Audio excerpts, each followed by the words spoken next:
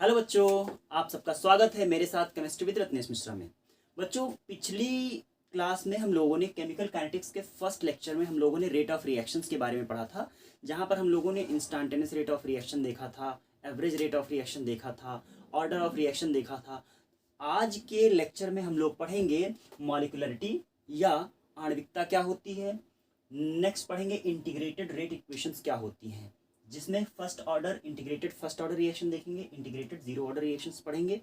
उसके बाद देखेंगे हाफ लाइफ ऑफ रिएक्शन। जो फर्स्ट ऑर्डर रिएक्शन है उसकी हाफ लाइफ क्या होती है, सेकंड ऑर्डर रिएक्शंस जो होती हैं उनकी हाफ लाइफ क्या होती है। तो आइए चलते हैं मॉलिक्यूलरिटी या आणविकता में। बच्चों, आणविकता क्या है? हम लोगों ने देखा होगा बहुत सारी रिएक्शंस हम लोग देखते हैं जहाँ पर जैसे H2 plus Cl2 gives 2HCl। ये रिएक्शन है। जैसे हमने देखा यहाँ पर MgO plus H2O gives MgOH whole twice. यहाँ पर इन रिएक्शंस में ये जो आपको एलिमेंट्स दिखाई दे रहे हैं, एक्चुअली एलिमेंट्स नहीं, ये जो मॉलिक्यूल्स दिखाई दे रहे हैं, ये क्या होती है? किसी भी रिएक्शन की मॉलिक्यूलरिटी होती है। किसी केमिकल रिएक्शन में जितने मॉलिक्यूल्स पार्टिसिपेट करते हैं प्रोडक्ट देने के लिए, वही उस रिएक्शन की मॉलिक्यूलरिटी कहलाती है। लेकिन मॉलिक्यूलरिटी के लिए कुछ कंडीशंस होती हैं। क्या कंडीशंस होती हैं? आइए इसकी डेफिनेशन से हम लोग चलते हैं, उसके बाद देखते हैं कंडीशंस क्या होती हैं।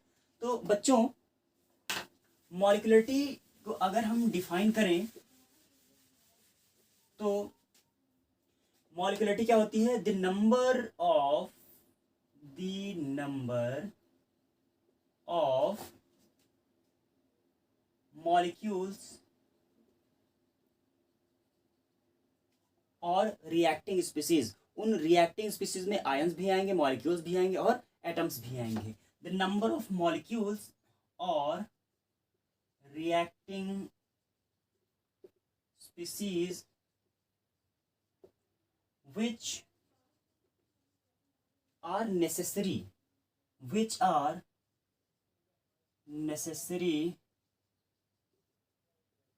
to collide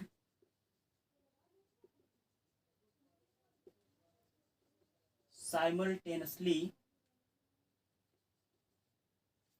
The number of molecules or reacting species which are necessary to collide simultaneously in any elementary reaction to give product is called the molecularity. किसी एलिमेंट्री रिएक्शन में जितने एटम्स या जितने मॉलिक्यूल्स का आपस में टकराना आवश्यक है ताकि वो प्रोडक्ट बना सकें, वो उस रिएक्शन की मॉलिक्यूलरिटी या आणविकता कहलाती है। अब यहाँ पर एक टर्म आ गया है एलिमेंट्री रिएक्शंस। तो बच्चों, जब मैकेनिज्म में हम जाते हैं तो वहाँ पर दो टाइप की रिएक्शंस होती हैं। On the basis of the mechanism of chemical reaction there are to type of chemical reactions. Category of chemical reactions on the basis of mechanism mechanism के बेसिस पर रिएक्शंस दो टाइप की होती हैं। एक होती हैं एलिमेंट्री रिएक्शन और दूसरी होती हैं कॉम्प्लेक्स रिएक्शंस। दो टाइप की रिएक्शंस होती हैं, एलिमेंट्री रिएक्शन और कॉम्प्लेक्स रिएक्शंस। तो इनके बारे में मैं यहाँ पर बहुत ज़्यादा इलेबरेट नहीं करूँगा। जब मौका आएगा, जब टाइम आएगा, तब इनके बारे में प्रॉपर इलेबरेशन करूँगा। लेकिन आप लोगों को बस एक चीज़ ये बता देना चाहता हूँ कि elementary reactions are those reactions which are completed in a single step. वो रिएक्शन जो सिंगल स्टेप में कंप्लीट हो जाती हैं उनको हम एलिमेंट्री रिएक्शन कहते हैं। तो लिखेंगे यहाँ पर कंप्लीट इन सिंगल स्टेप में कंप्लीट हो जाती हैं। और जो कॉम्प्लेक्स रिएक्शंस होती हैं वो नंबर ऑफ स्टेप्स में कंप्लीट होती हैं। मींस एक कॉम्प्लेक्स रिएक्शन में नंबर ऑफ एलिमेंट्री रिएक्शंस होती हैं। तो तो इसको हम क्या लिखेंगे, complex reaction completes in number of steps में कंप्लीट होती हैं। बच्चों देखते हैं टाइप ऑफ केमिकल रिएक्शंस, कितने टाइप की केमिकल रिएक्शंस होती हैं, किस बेसिस पर, ऑन द बेसिस ऑफ मॉलिक्युलरिटी के बेसिस पर केमिकल रिएक्शंस कितने टाइप की होती हैं। देख लेते हैं। Number 1, unimolecular reactions, those reactions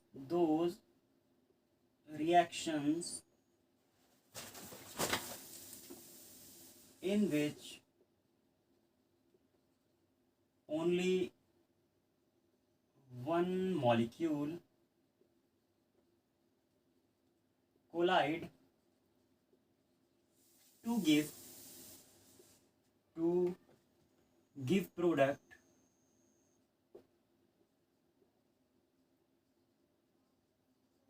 are called unimolecular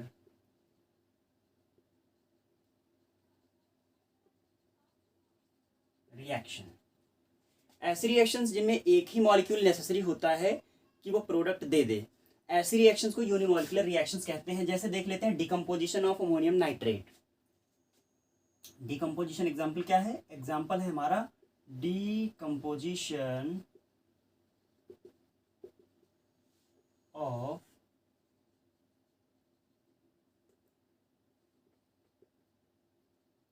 ammonium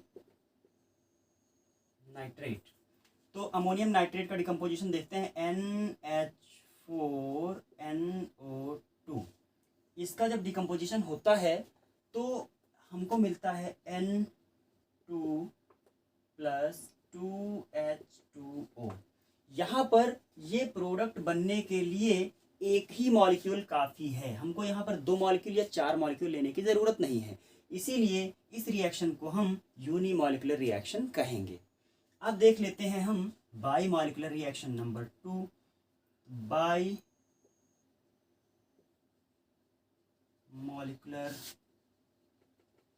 reaction. तो bimolecular reactions are those reactions in which 2 molecules must collide simultaneously to give product.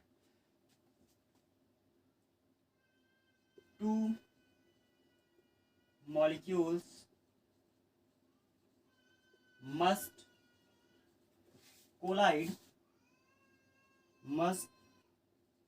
collide simultaneously to give product. 2 molecules जब टकराएंगे तभी product बनेगा, एक molecules के टकराने से या एक मॉलिक्यूल्स के होने से रिएक्शन होगी ही नहीं। देख लेते हैं। तो जो डिकम्पोजिशन ऑफ HCl होता है, डिकम्पोजिशन ऑफ HBr होता है, decomposition of HI means hydrogen iodide है, ये सारे जो एग्जाम्पल हैं ये बाई मॉलिक्यूलर रिएक्शंस के हैं। देख लेते हैं कैसे। HI हाइड्रोजन आयोडाइड ये एक मॉलिक्यूल है, एक मॉलिक्यूल के टूटने पर H2 और I2 नहीं बनेगा ही नहीं, क्योंकि इस एक मॉलिक्यूल के पास 2 आयोडीन है ही नहीं और 2 हाइड्रोजन है ही नहीं। अगर इसको H2 बनाना है मीन्स मॉलिक्यूल आपका H2 ही बनेगा, I2 ही बनेगा मॉलिक्यूल। तो अगर H2 मॉलिक्यूल बनाना है तो यहाँ पर हमको 2 हाइड्रोजन आयोडाइड लेने ही होंगे, इसलिए ये रिएक्शन क्या है, बाई मॉलिक्यूलर रिएक्शन है। इसी तरह से 2HCl gives H2 + Cl2, इसी तरह से 2HBr gives H2 + Br2। ये सारे एग्जांपल्स किसके हैं, बाई मॉलिक्यूलर रिएक्शंस के हैं। अब देख लेते हैं हम लोग टर मॉलिक्यूलर रिएक्शन या ट्राई मॉलिक्यूलर रिएक्शन। 3 टाइप होते हैं, unimolecular reaction, by molecular reaction और तीसरा टाइप होता है ट्राई मॉलिक्यूलर और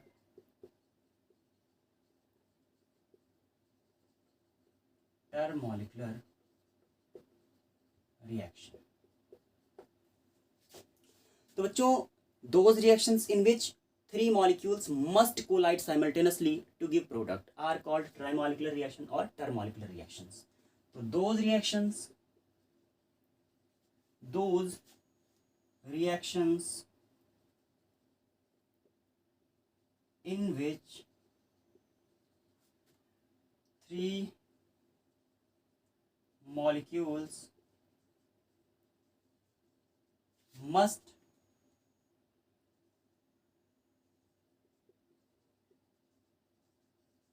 collide simultaneously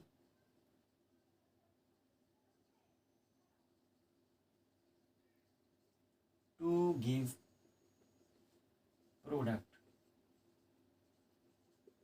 ऐसी रिएक्शंस जिनमें कम से कम 3 मॉलिक्यूल्स आपस में टकराना जरूरी है ताकि वो प्रोडक्ट दे सके, क्या कहलाती हैं? ट्राई मॉलिकुलर रिएक्शन और टर molecular reactions. What is the example? Example is the oxidation of nitric oxide. देख लेते हैं, नाइट्रिक ऑक्साइड का जब ऑक्सीडेशन होता है तो बनता है नाइट्रोजन डाइऑक्साइड। तो ये हो गया आपका NO+O2 गिव्स NO2। ये बनने के लिए जब बैलेंस करेंगे तो हम क्या करेंगे, यहाँ पर 2 से मल्टीप्लाई करेंगे और यहाँ पर 2 से मल्टीप्लाई करेंगे, तो 2NO+O2 गिव्स 2NO2। यहाँ पर NO2 तब तक नहीं बनेगा जब तक 2 नाइट्रिक ऑक्साइड के मॉलिक्यूल ऑक्सीडाइज नहीं होंगे एक ऑक्सीजन के मॉलिक्यूल से। तो ये रिएक्शन हो गई एग्जाम्पल आपकी टर मॉलिकुलर रिएक्शन या ट्राई मॉलिकुलर रिएक्शंस का। आइए बच्चों देखते हैं कि इंटीग्रेटेड रेट इक्वेशन क्या होती है। तो बच्चों, जो concentration dependence rate of reaction होती है उसको हम डिफरेंशियल रेट इक्वेशन बोलते हैं। सबसे पहली चीज तो ये है कि concentration dependence rate is called differential rate equation, is called differential rate equation.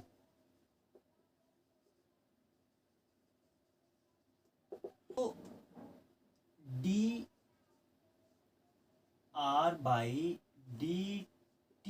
Is directly proportional to reactant की पावर। जो भी पावर होगी उसके डायरेक्टली प्रोपोर्शनल होगा।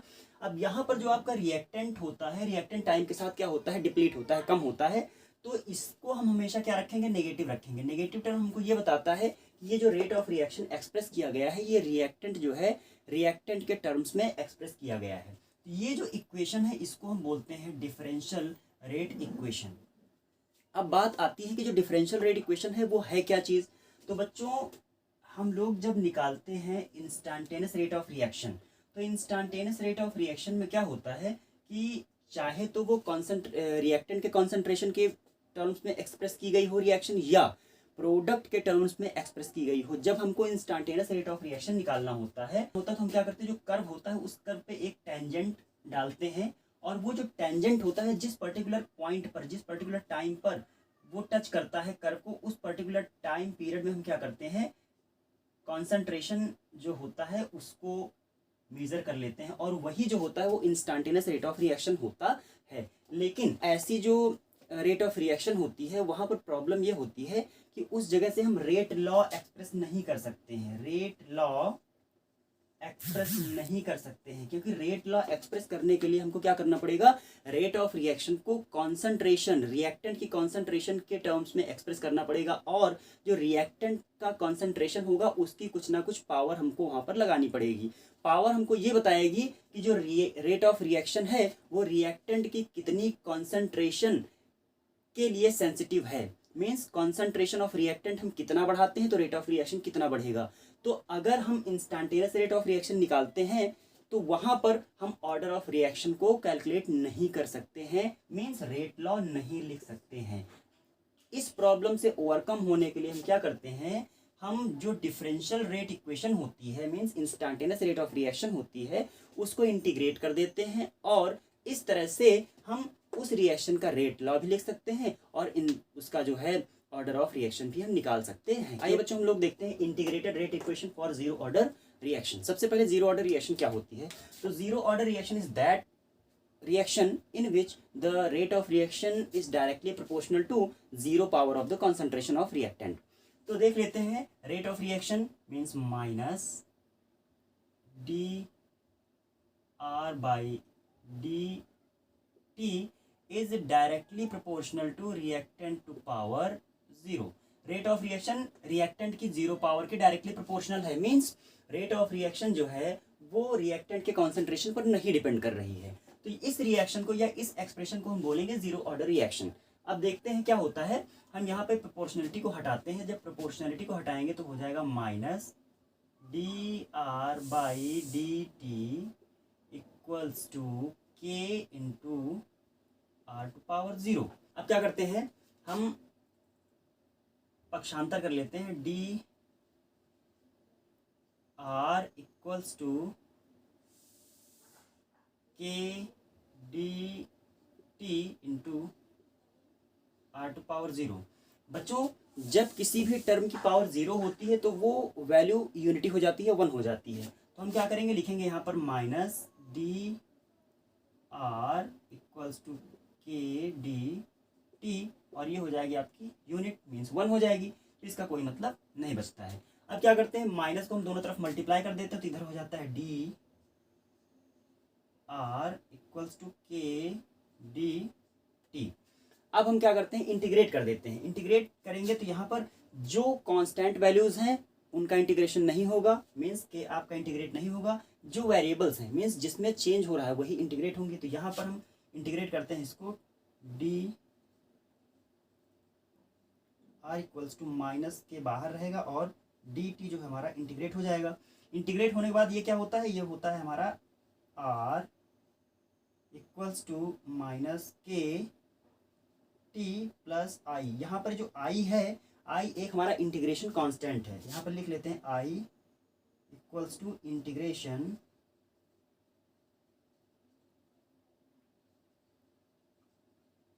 कांस्टेंट। आई हमारा इंटीग्रेशन कांस्टेंट है। अब उसके बाद क्या करते हैं, हमें कंडीशन लगाते हैं। कंडीशन क्या लगाते हैं, इसको एक इक्वेशन 1 बना लीजिए। अब इक्वेशन 1 बना लिया हमने। अब क्या करते हैं, हम यहाँ पर एक कंडीशन लगाते हैं। कंडीशन लगाते ये है कि जब टाइम 0 है उस टाइम पर हमारी ये वैल्यूज क्या होंगी। तो व्हेन t इक्वल्स टू 0, अगर हमारा t इक्वल्स टू 0 हो जाता है तो रिएक्शन तो स्टार्ट ही नहीं होगी। अगर रिएक्शन स्टार्ट नहीं होगी तो जो हमारा r है, r क्या होगा, इनिशियल होगा। तो अगर ये इनिशियल होगा तो इसको हम क्या लिखेंगे, इसको लिखेंगे r initial equals to minus k into 0, क्योंकि टाइम हमने 0 ले लिया है, और प्लस आई। अब ये जो वैल्यू होती है हो जाती है I equals to are initial या आर नॉट। ये इक्वेशन हम 2 बना लेते हैं। अब क्या करते हैं, जो हमारी इक्वेशन 2 की वैल्यू है, आई की वैल्यू है, उसको हम इक्वेशन 1 में पुट करते हैं। तो पुटिंग वैल्यू इन इक्वेशन 1, इसको हम 1 में रखेंगे तो क्या हो जाएगा, हो जाएगा r equals to minus K T plus are naught. इसको हम बना लेते हैं क्या, इसको बना लेते हैं इक्वेशन थर्ड। इक्वेशन थर्ड बना लेते हैं। बच्चों जो जीरो ऑर्डर रिएक्शन होती है वहां पर जो रेट ऑफ रिएक्शन होती है वो रिएक्टेंट की कॉन्सेंट्रेशन पे डिपेंड नहीं करती है। तो इस इक्वेशन में हम क्या करते हैं, देख लेते हैं कि ग्राफ क्या होता है, किसके बीच में, टाइम t और रिएक्टेंट के कॉन्सेंट्रेशन के बीच में क्या ग्राफ प्लॉट होता है। तो देख लेते हैं, अगर इस इक्वेशन को हम स्ट्रेट लाइन का जो हमारा एक फॉर्मूला होता है उससे कंपेयर करें तो ये हो जाता है y equals to M X plus C. तो यहाँ पर इसमें क्या हो जाएगा, r y बराबर क्या होगा, y हमारा हो जाएगा r, और m बराबर क्या होगा, m बराबर हो जाएगा हमारा माइनस k, और c बराबर क्या होगा, c हो जाएगा हमारा r इनिशियल। ये हो जाएगा। हमको ग्राफ किसके बीच में यहाँ पर खींचना है, t और r के बीच में ग्राफ खींचना है। तो देख लेते हैं हम यहाँ पर एक ग्राफ प्लॉट करके देखते हैं। ये हमारा जी वाला कोऑर्डिनेट, ये हमारा y हो गया। तो y पे हम क्या रखेंगे, y पे रखते हैं हम r, और x कोऑर्डिनेट पे क्या रखते हैं, t को रखते हैं। इधर t हमारा ये बढ़ेगा, इधर ऊपर की तरफ हमारा जो है r बढ़ रहा है, रिएक्टेंट का कॉन्सेंट्रेशन बढ़ेगा। नीचे आने पर रिएक्टेंट का कॉन्सेंट्रेशन घटेगा। अब क्या करते हैं, हम देखते हैं यहाँ पर जो हमारा m है, m क्या होता है, स्लोप होता है। m कैसा है, नेगेटिव है, नेगेटिव स्लोप है। इसका मतलब क्या होगा कि जो ग्राफ है हमारा वो कहाँ पर जाएगा, नीचे की तरफ आएगा। तो हम यहाँ से नीचे की तरफ ऐसे ग्राफ खींच लेते हैं। इंटरसेप्ट है ये, तो ये जो हमारा इंटरसेप्ट है ये कितना है, ये पॉजिटिव है, तो ये इंटरसेप्ट किसके बराबर हो जाएगा, आर इनिशियल के बराबर हो जाएगा, क्योंकि आर इनिशियल क्या मैक्सिमम रहा होगा, तो टाइम के साथ साथ क्या हो रहा है, रिएक्टेंट का कॉन्सेंट्रेशन धीरे धीरे घट रहा है। तो बच्चों ये जो ग्राफ है हमारा, यहाँ पर जो हमारा स्लोप है, स्लोप किसके बराबर है, स्लोप हमारा है माइनस के बराबर है। अब ये जो ग्राफ आपको दिखाई दे रहा है, ये जीरो ऑर्डर रिएक्शन के लिए रिएक्टेंट और टाइम के बीच का ग्राफ है। बच्चों ये जो थर्ड इक्वेशन है, इसको हम दूसरी तरह से भी एक्सप्रेस कर सकते हैं, लिख सकते हैं। कैसे लिख सकते हैं, देखो हम क्या करते हैं, इस इक्वेशन में माइनस से मल्टीप्लाई करते हैं, तो माइनस से मल्टीप्लाई करेंगे तो क्या हो जाएगा, ये हो जाएगा हमारा minus r equals to k into t minus का आर नॉट। अब क्या करते हैं, माइनस आर नॉट को इधर लेके आते हैं तो हो जाता है r naught minus r equals to k into t, ये इक्वेशन। अब यहाँ से इस इक्वेशन से अगर हमको टी कैलकुलेट करना है तो हम क्या लिखेंगे, t equals to r naught minus r upon k. यहाँ से हम टी कैलकुलेट कर सकते हैं, और अगर हमको के कैलकुलेट करना है तो क्या लिखेंगे k equals to r naught minus r upon t, ये इक्वेशन हो जाएगी हमारी इंटीग्रेटेड। ये इक्वेशन जो हमारी क्या है, integrated rate equation of zero order reaction है। आइए बच्चों अब देखते हैं integrated rate equation for first order reaction. बच्चों first order reactions are those reactions in which rate of reaction is directly proportional to the first power of the concentration of reactant. ऐसी reactions जहां पर जो rate of reaction होता है, rate of जो reaction है, this is directly proportional to the first power of the reactant term. ये हो गई हमारी फर्स्ट ऑर्डर रिएक्शन। अब क्या करेंगे, यहाँ पर हम प्रोपोर्शनलिटी हटाकर कांस्टेंट लगाएंगे तो हो जाएगा minus d r by d t equals to k into r to power 1, ये हो गया। अब उसके बाद क्या करते हैं, हम डी टी को इधर लेके आते हैं और आर को हम इधर ले आते हैं। उसके बाद हो जाएगा minus d r upon r equals to k into t. Minus को मल्टीप्लाई करते हैं दोनों तरफ तो हो जाता है d r upon r equals to minus k into t. अब हम क्या करते हैं, इस इक्वेशन को 1 बना लेते हैं, हम इसको इंटीग्रेट कर लेते हैं। बच्चों यहाँ पर डी टी होगा, यहाँ पर डी इंटू टी होगा। अब क्या करते हैं, हम यहाँ पर इस इक्वेशन को इंटीग्रेट कर लेते हैं। तो इंटीग्रेट करेंगे तो क्या हो जाएगा, ये हो जाएगा d r upon r equals to minus k into d into t. उसके बाद ये जो हमारी वैल्यू है, ये हो जाएगी हमारी एल एन ऑफ आर। ये आप पढ़ेंगे इंटीग्रेशन में तो आपको वहाँ पे इसका एक्सप्लेनेशन मिलेगा कि ऐसा क्यों होता है, बाय फॉर्मूला है ये। तो l n of r equals to minus k into t, और यहाँ पर एक जब इंटीग्रेट करेंगे तो एक इंटीग्रेशन कांस्टेंट आई यहाँ पर ऐड हो जाएगा। ये हमारी इक्वेशन हो गई सेकंड। अब हम क्या करते हैं, इस इक्वेशन में हम कंडीशन फिर से अप्लाई कर देते हैं टी इक्वल्स टू 0 वाली। तो हम यहाँ पर लिखते हैं व्हेन टी इक्वल्स टू 0। तो जब टी इक्वल्स टू 0 तो आर क्या हो जाएगा, आर इनिशियल हो जाएगा, then r equals to r naught. तो ये वाली इक्वेशन क्या हो जाएगी, ये हो जाएगी l n of r naught equals to, जब यहाँ पर टी 0 रखेंगे तो के और टी टोटल ये वैल्यू क्या हो जाएगी, 0 हो जाएगी। तो बचेगा क्या, बचेगा हमारा आई। तो आई इक्वल्स टू क्या है, l n of r naught. इसको इक्वेशन हम बना लेते हैं थर्ड, इसको हमने बना लिया इक्वेशन थर्ड। अब ये जो हमारी वैल्यू आई की आई है, इसको हम क्या करेंगे, इक्वेशन 2 में पुट करेंगे। पुटिंग या सब्स्टिट्यूटिंग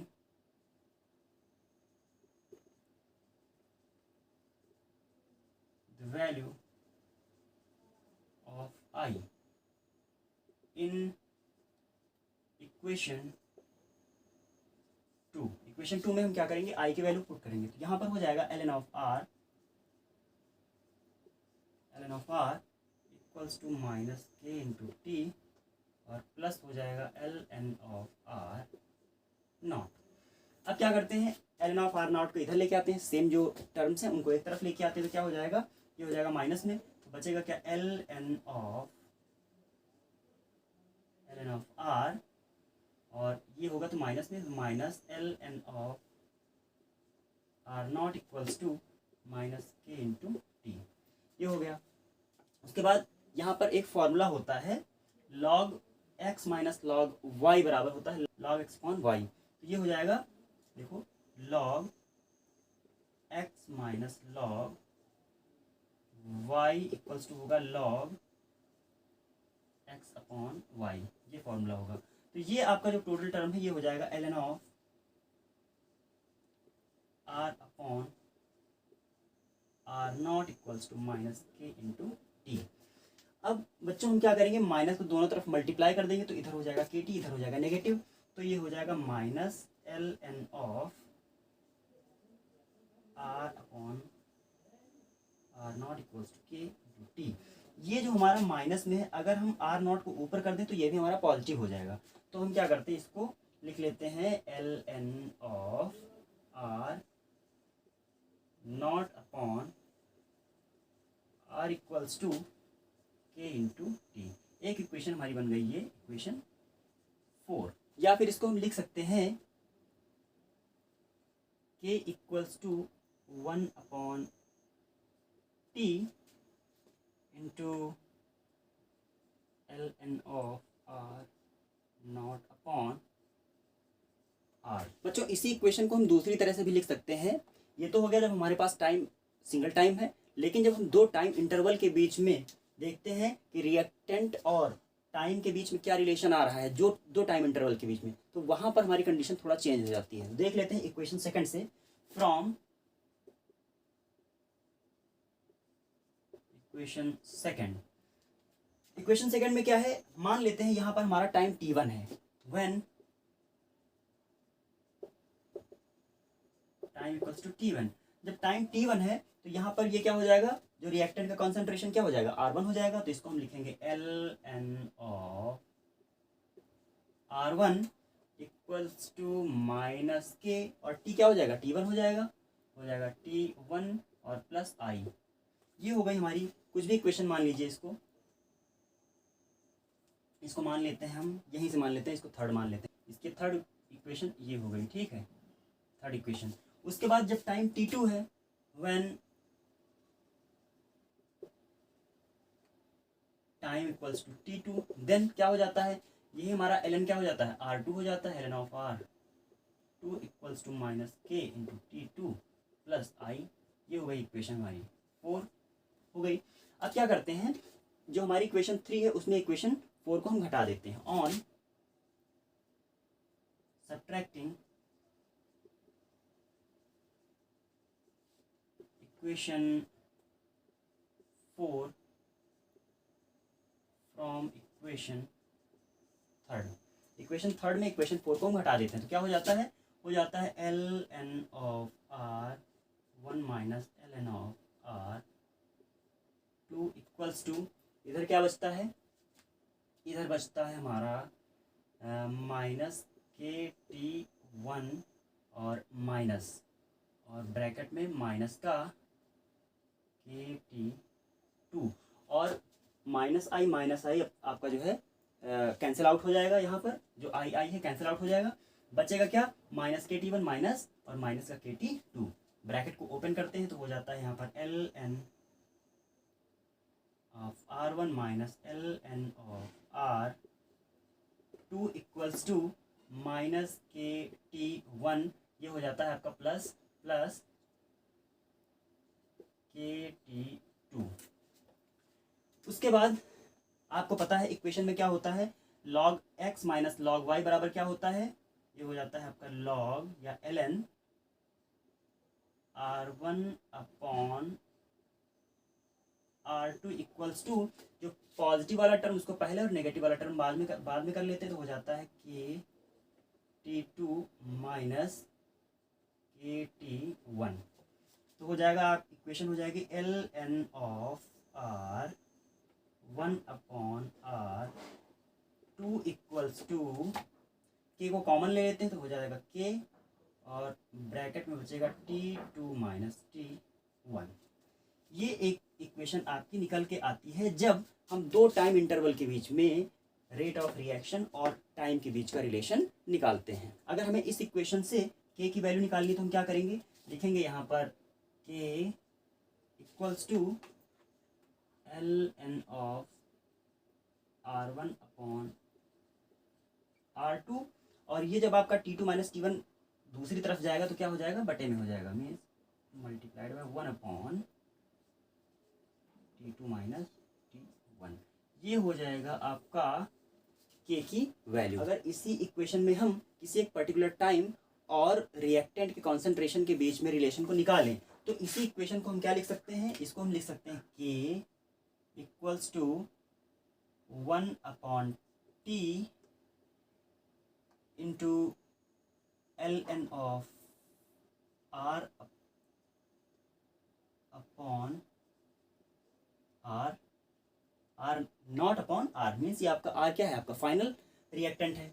अब क्या करेंगे, यहाँ पर जब हम ln हटाते हैं तो वहाँ इसमें हम क्या करते हैं, एक कांस्टेंट है मल्टीप्लाई करते हैं 2.303, इसको हम लिख सकते हैं k equals to 2.303 upon t log of r initial upon r final.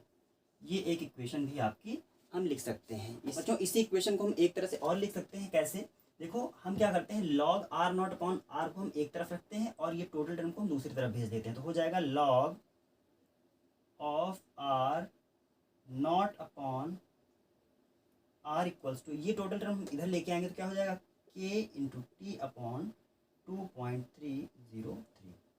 तो बच्चों एक जो है फर्स्ट ऑर्डर रिएक्शन की डिफरेंशियल इक्वेशन का एक फॉर्म ये भी हो जाएगा। आइए बच्चों देखते हैं कि फर्स्ट ऑर्डर रिएक्शन में हम रिएक्टेंट के कॉन्सेंट्रेशन और टाइम टी के बीच में ग्राफ खींचते हैं तो कौन कौन से ग्राफ हमको किस टाइप के ग्राफ मिलते हैं। बच्चों जो फर्स्ट ऑर्डर रिएक्शन का डिफरेंशियल रेट इक्वेशन है उसमें हमने जो है रिएक्टेंट और टाइम के बीच में कई सारे रिलेशंस निकाले हैं, जहाँ पर हम लोगों ने यहाँ पर दो इक्वेशंस ली हैं। यहाँ पर ln of r equals to minus K T plus ln of r naught, और दूसरी लिए log r naught upon r equals to K T upon 2.303। यहाँ पर हम क्या करते हैं, दोनों इक्वेशंस में r और t के बीच में क्या करते हैं, रिलेशन देखते हैं कि कैसे होता है और इनके बीच में ग्राफ को कैसे प्लॉट करेंगे। तो बच्चों हम क्या करते हैं, यहाँ पर इस इक्वेशन को हम क्या करते हैं, जो स्ट्रेट लाइन हमारा फॉर्मूला है y equals to M X plus C, उससे हम इसको करते हैं कंपेयर। तो y equals to M X plus C, तो c हमारा क्या हो गया, c हमारा इंटरसेप्ट है। हम क्या करते हैं, y कोऑर्डिनेट लेते हैं, y कोऑर्डिनेट लिया और हमने x कोऑर्डिनेट लिया। x कोऑर्डिनेट पे हमारा क्या होगा, टाइम t होगा, तो हम यहाँ पर क्या करते हैं, x कोऑर्डिनेट पे हम यहाँ पर टाइम t को रखते हैं, और y कोऑर्डिनेट पर क्या होगा, हमारा यहाँ पर होता है ln of r, final concentration है, ठीक है। उसके बाद यहाँ पर देखते हैं जो हमारा क्या नाम स्लोप है, कैसा है, नेगेटिव स्लोप है। इसका मतलब ये है कि जो रिएक्शन है वहाँ पर जो रिएक्टेंट है वो क्या होगा, टाइम के साथ घटेगा और ग्राफ हमारा नीचे की तरफ आएगा, क्योंकि यहाँ पर जो हमारा इंटरसेप्ट है वो कैसा है, पॉजिटिव है। इसका मतलब वो यहाँ पर कहीं पर पाया जाएगा, जीरो के ऊपर पाया जाएगा, मीन्स जो हमारा रिएक्टेंट क्या था, इनिशियली क्या था, पॉजिटिव था, और टाइम के साथ क्या हो रहा है, टाइम के साथ उसमें डिप्लीशन हो रहा है, उसमें कमी आ रही है। तो ग्राफ हमारा कैसा होगा, उसका स्लोप कैसा होगा, नेगेटिव स्लोप होगा, और ग्राफ हमारा इस तरह से नीचे की तरफ आएगा। तो ये तो हो गया हमारा पहली इक्वेशन के लिए हमारा ये ग्राफ हो गया। यहाँ पर जो हमारा स्लोप है दिस इज माइनस के, और जो इंटरसेप्ट है, इंटरसेप्ट कितना है, यह लॉग ऑफ आर नॉट। तो ये तो हो गया बच्चों हमारा पहला ग्राफ। दूसरे ग्राफ में हम यहाँ पर क्या करते हैं, इसको फिर से हम क्या करते हैं, y equals to M X plus C से इसको हम कंपेयर करते हैं। तो बच्चों यहाँ पर क्या करेंगे, x को हम अलग कर लेंगे। x को अलग करने का मतलब k अपॉन 2.303 को हम अलग रखते हैं, और इसको हम क्या करेंगे, टाइम t को हम यहाँ पर अलग लिख लेते हैं, ठीक है। तो और जो हमारा यहाँ पर इंटरसेप्ट है कैसा है, जीरो है। तो हम देख लेते हैं, यहाँ पर कोऑर्डिनेट y लेते हैं और कोऑर्डिनेट हम यहाँ पर लेते हैं x। तो कोऑर्डिनेट y पे हम क्या करते हैं, कोऑर्डिनेट y पे हम रखते हैं लॉग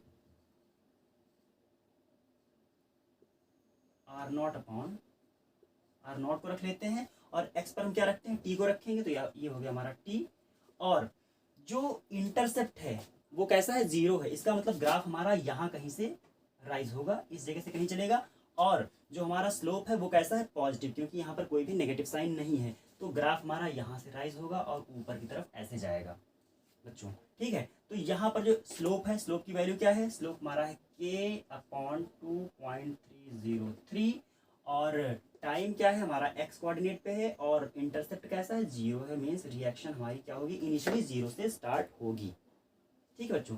तो हमारे यहाँ पर दो ग्राफ हम लोगों ने यहाँ पर देखे हैं, ln ऑफ r के बीच में और टाइम t के बीच में, log ऑफ r0/r और टाइम t के बीच में हम लोगों ने ये ग्राफ देखा है।